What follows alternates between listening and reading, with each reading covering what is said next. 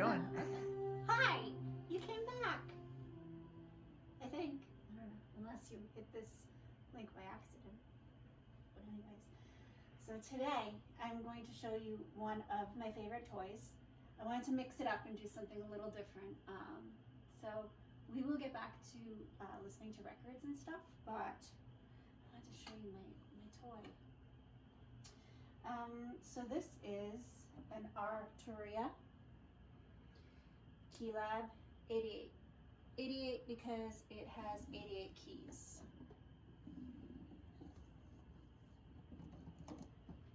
And this has something called weighted keys, which is actually very important if you're in the market for getting a piano.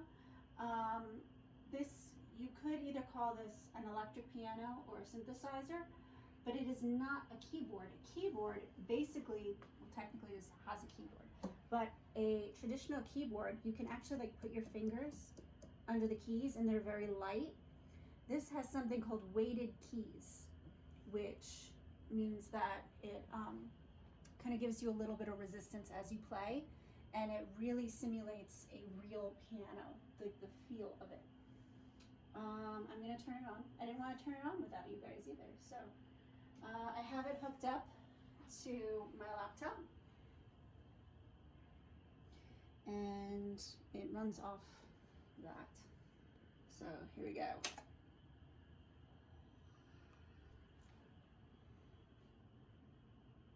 All right, now I can't play it without speakers, so I gotta find my way back here. There we go. These are my JBL speakers, and I love them. I was gonna go with either these or this other brand called Rocket Dog. I think it's called Rocket Dog. It's been a while now, so I forgot about the name of that one. But that's another really great brand. If that is the name of the brand I'm thinking of. So this isn't the kind of piano where you can just plug in and play. Or if it's an acoustic piano, you don't plug it in. I hope everyone knows that. So what I'm going to do is I'm going to go into my programs, applications, because it has to run off. Now I have all of these lovely sounds, but my favorite to run off of is the Analog Lab 4. The amazing thing that I love about Arturia is that the sound that it generates is so close to the real thing. I'm getting ahead of myself when I say the real thing. You're bouncing up and down, taking your time. Well, all these people are waiting. It's shy. Maybe if while you're watching, you close your eyes, it'll feel like it's safe to open. All right, so I'm going to tell you about what we're going to hear. Within this lovely program that won't open, there are a multitude of sounds that come from instruments that physically do exist. There we go. It's beautiful. So I am going to, this is one of my favorites, the Prophet 5, but we're not talking about that one today. We are going to talk about the DX7.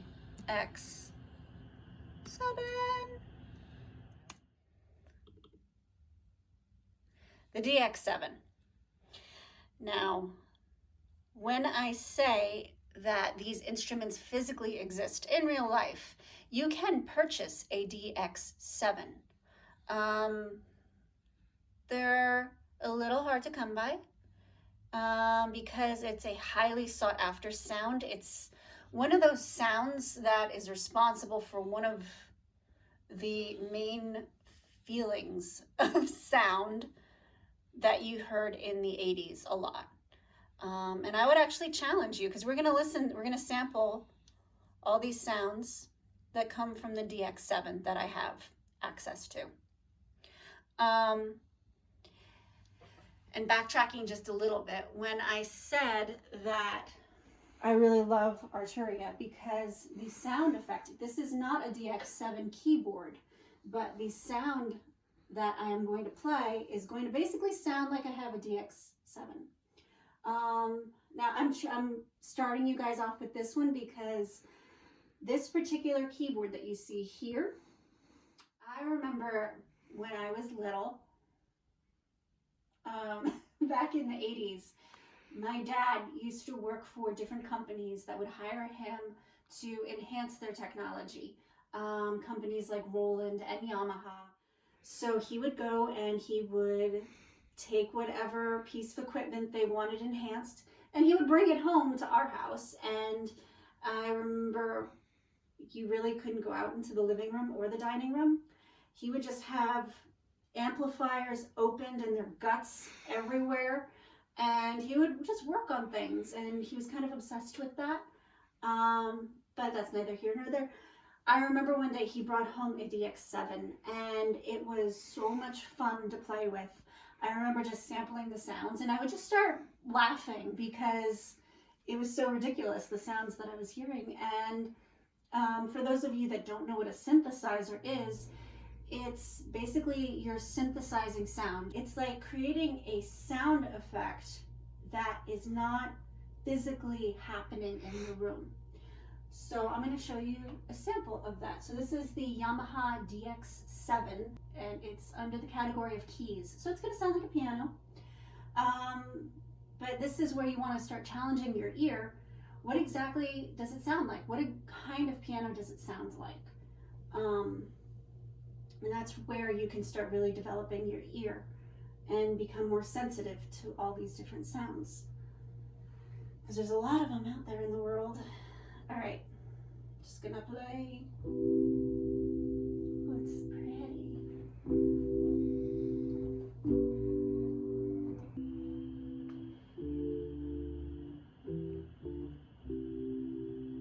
Something simple. I'm gonna turn it up a bit. I hope this, there we go. If you couldn't hear it before, now you can.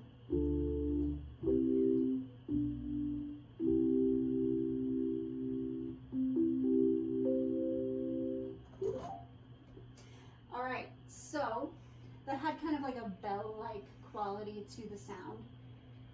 And by the way, this was one of the top-selling synthesizers of all time. So highly sought after now. And I have it in my computer and my keyboard. So technically you can call this a MIDI device.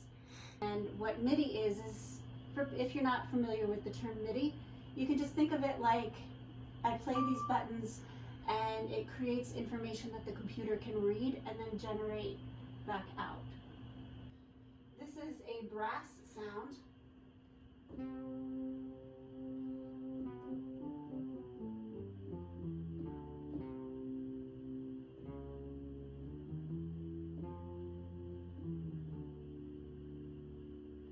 going to turn the volume up over here a little bit. Oh, there we go. Turn that down just a tad.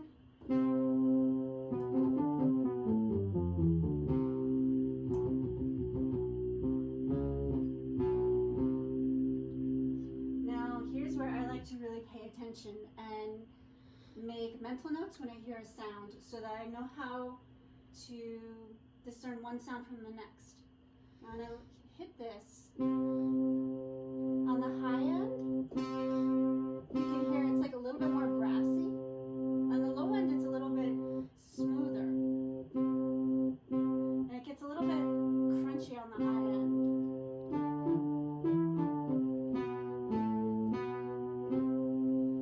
So, there are not as many adjectives that exist in the English language to describe sound as much as there are for things that we see with our eyes, or, you know, our sense of touch. You know, we have words like soft, We have words like, you know, crunchy. You know, if I say crunchy, you're probably thinking about like eating chips or something. But in music, we steal a lot of these words that really were not originally assigned to our sense of hearing, and we reassign them to our sense of hearing because this is how we best know how to describe it. So when I say crunchy on the high end, you can kind of hear it's a little fuzzy, a little crunchy. So I use a lot of words because that's what musicians do. We use a lot of words that were not really meant for the sense of hearing. Moving on to the next sound. This is another bass one. This is asocial. Oh yeah. Now you can notice I've only hit the key once. And what it's doing is it's oscillating through that one note that I'm hitting, and it just keeps kind of rotating and going over and over again. So, have you ever heard this sound in like an 80s movie?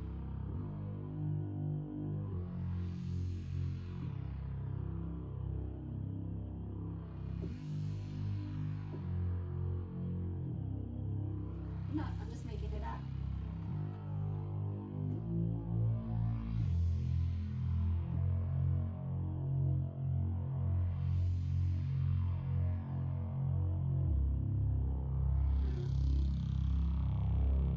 I would actually like to challenge all of you. If any of these sound effects sound familiar, try to figure out what TV show or movie or album you're thinking of it from, because this particular synthesizer was used so much in the 80s. Odds are, if you're watching an 80s movie, they may have used a DX7, so be on the lookout for some of these. Okay, this one is called Green Leaves. Wait a second, that's not a DX sound. Where my DX sounds go? There we go. Lately bass. I don't know what you're doing. Slipping that one in. Oh, it's a bass, so we're going down here.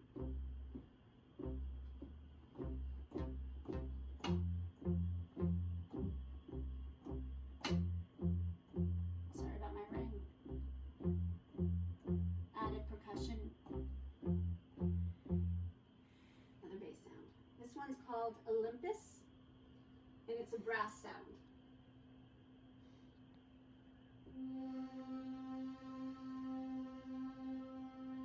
You've heard this before.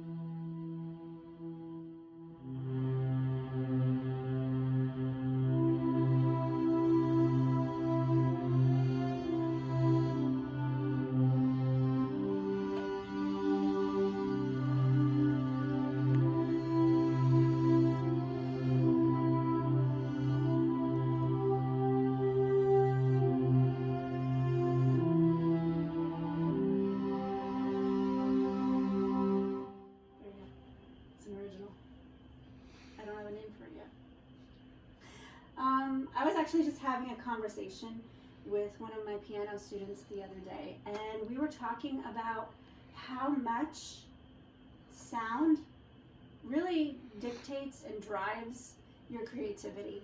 Like, I could come up with a completely different sound effect, and it'll inspire me to play something completely different than what I just did. You know, you have to have your creativity always on the edge of your senses. And if, you know, you're feeling something, you're hearing something, and all your senses are like, yeah, I'm feeling this. You have to be like ready to answer that.